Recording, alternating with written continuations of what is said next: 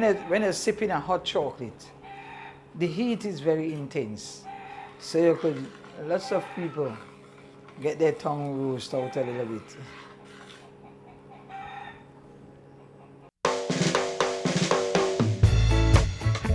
Good day, my name is Sharon Eastman Benjamin, originally from Charlotteville. My restaurant name is Sharon and Phoebes. I want to welcome you to my kitchen.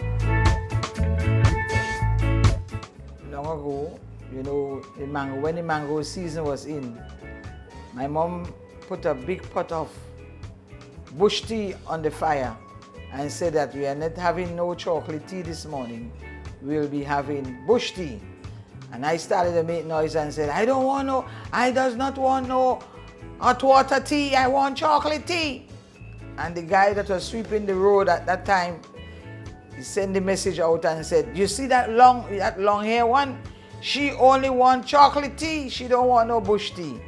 So I grew up very famous in chocolate, making hot chocolate tea. So I'm starting to make chocolate this morning. So I grated my cocoa that mixed with all different type of cinnamons and spices.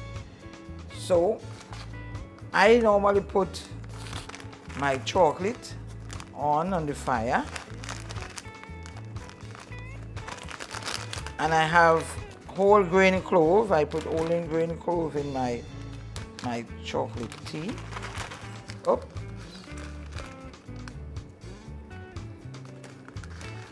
Few grains of whole grain clove. There's few grains. A stick of cinnamon stick. A little dust of the powder. I'm putting it in the pot right now.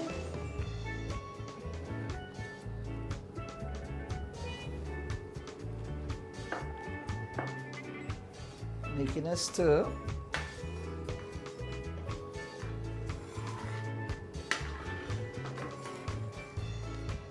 With water. I normally put a little pinch of salt.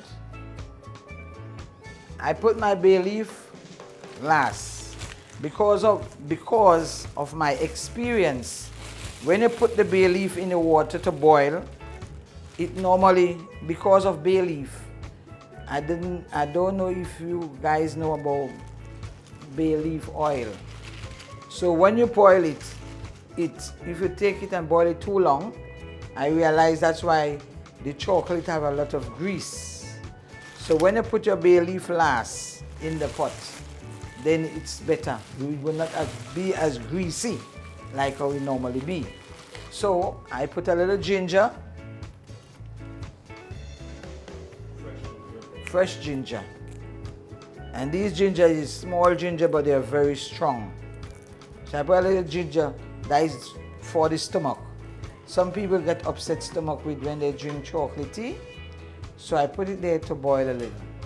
So I leave it to boil for like 10 minutes and leaving it there. So I put my powder milk in this one. So I'm doing and do the finishing touch with the chocolate tea.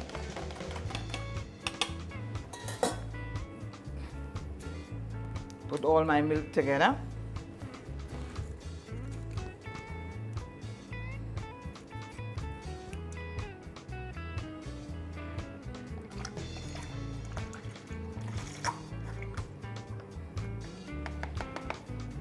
Does not use condensed milk.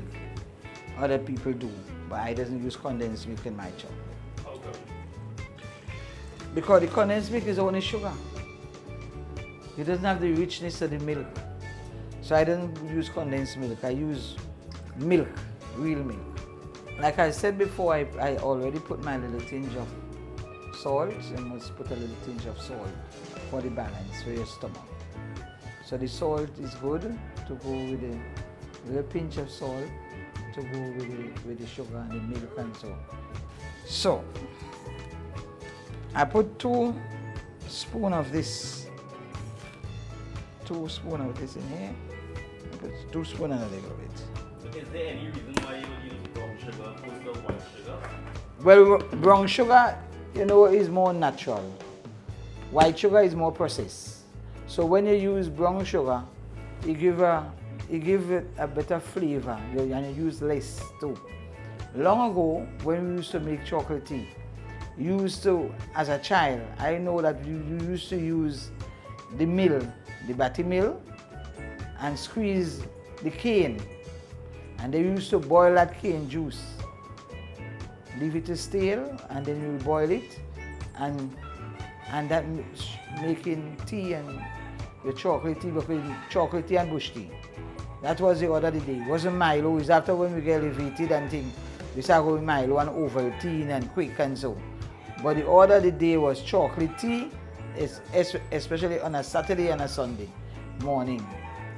And we used to have, most of the families used to have their own animals like cow.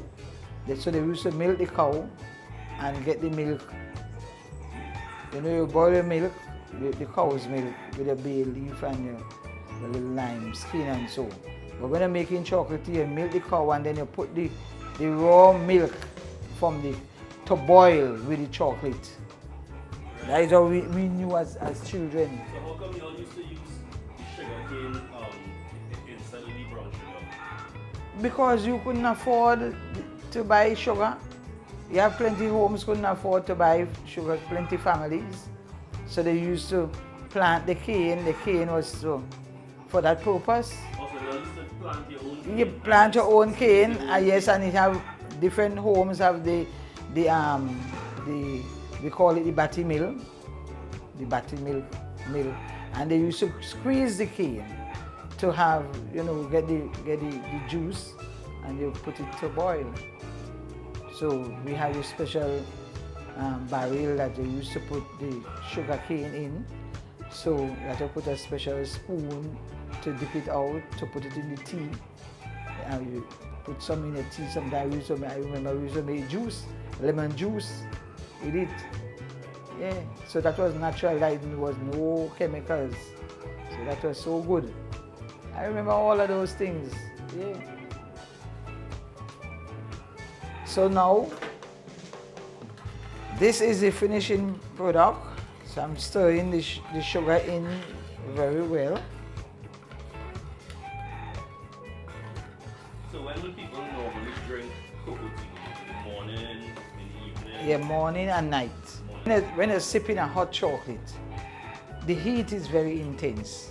So lots of people get their tongue roast out a little bit.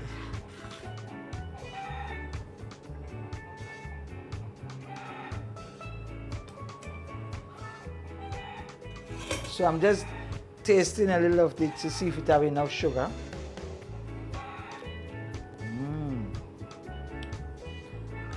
Just right. So does that like bring back memories from the old days? My original name is chocolate tea.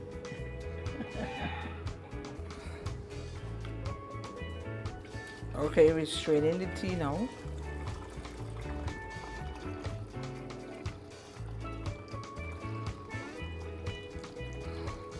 So you see all this stuff that we put in it, like the bay leaf, the ginger, the clove, all of this. This is, you call it, the stock. So that's some people will take out the thing from in the bay leaf and orange peel and clove and so, and they will take the stock and put it back in the chocolate tea, say they want roughage. But that doesn't go down too well with me. So I run my business, what I like, I think the guests normally appreciate. Right, so this cocoa tea is ready to serve. Yes, the cocoa tea ready to serve.